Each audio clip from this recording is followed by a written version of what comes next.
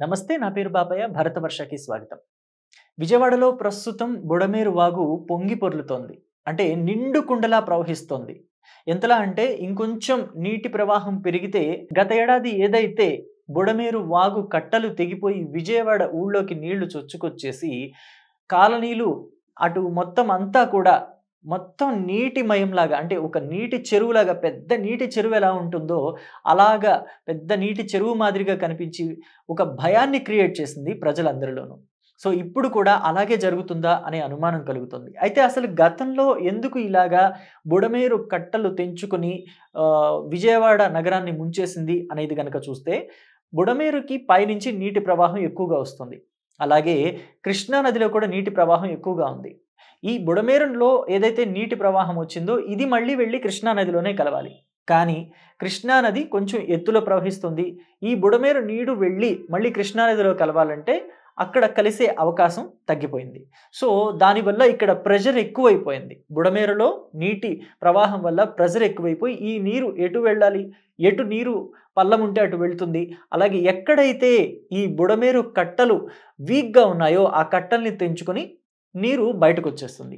అదే జరిగింది last year.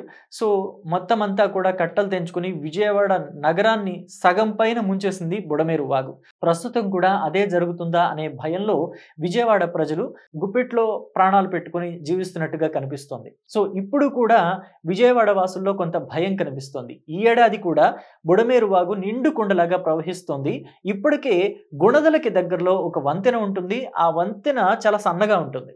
So, ఆ వంతెన మీద నుంచి ఈ నీటి ప్రవాహం అనేది వెళుతోంది. ఒక పక్కన రైల్వే ట్రాక్ ఉంటుంది. ఆ రైల్వే ట్రాక్‌కి, కాలువకి అటు పక్కన, ఇటు పక్కన కూడా నగరం విస్తరించే ఉంది.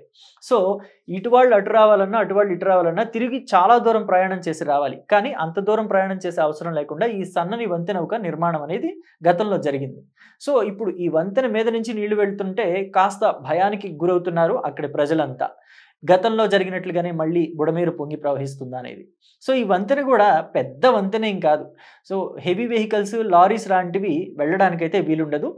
ఆహ్, స్ చిన్న చిన్న వెహికల్స్, బైకులు వెళ్ళటానికైతే వీలుంటుంది. అది కూడా కార్లు లాంటివి ఆ వంతెన మీద ఒక కారు వస్తుందంటే అవతల వైపున వచ్చే కారు ఆగిపోయి, ఈ కారు అవతలకి దాటిన తర్వాతనే మళ్ళీ ఇంకో కారు ఎంటర్ అవ్వాల్సిన పరిస్థితి. అంత సన్నగా ఉంటుందన్నమాట వంతెన. సో, ఇప్పుడు ఆ వంతెన మీద నుంచే నీళ్లు వెళ్తున్నాయి. సో, మరి సర్కారు ఎటువంటి జాగ్రత్తలు తీసుకుంటుంది? గత అనుభవాల దృష్ట్యా ఎటువంటి చర్యలు చేపడుతుందనేది వేచి చూడాలి.